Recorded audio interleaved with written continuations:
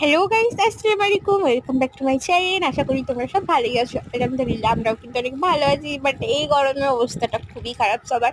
তোমরা তো সকলেই জানো গরম প্রচুর পড়েছে, তো তাই দেখো আমি একটা আমের ভিডিও নিয়ে চলে এসেছি, নতুন আম শক্তর ভিডিও। তো আমি এখন তৈরি করব আম শক্ত। তো সেই জন্যই দেখো ভালো করে ঘষে ঘষে ঘষে ঘষে ঘষে ঘষে ঘষে ঘষে ভালো করে ফর্সা করে নিচ্ছে আমগুলোকে, যাতে এবার পরের স্টেপটা করতে পারি। তো তার জন্য দেখো ওখানে ভালো করে আমটা এখন ধোয়া হচ্ছে। তারপর ধুয়ে কিন্তু আমি এটাকে করব সিদ্ধ। তো আমটাকে সিদ্ধ করলে কী হয়, ভালো করে জুসটা বেরোয়। তো এটা আমার দাদ শাশুড়ির থেকে আমি শিখেছিলাম। তো আমি সেই স্টেপটাই ফলো করে আর করে যাচ্ছি। তো ভাবলাম চলো তোমাদের সঙ্গে একটু শেয়ার করি, তোমাদের আলহামদুলিল্লাহ ভালো লাগবে।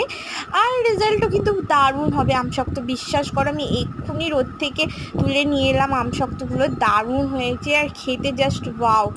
আর এখানে দেখো আমি একটু লেবুর জুস করে রাখছি সন্ধেবেলা খাবার জন্যে। আমার মাম্মামের দাদা এসে খাবে সন্ধেবেলা।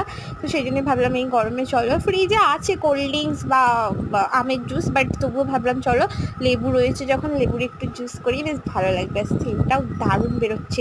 আর এইদিকে আমগুলো কিন্তু ভালোভাবে সিদ্ধ হয়ে গেছে, দেখতেই পাচ্ছ আমগুলোর কালার কিন্তু চেঞ্জ হয়ে গেছে। তারপর এখানে আমি তোমাদের সঙ্গে একটু শেয়ার করা হয় না, বাট সরি।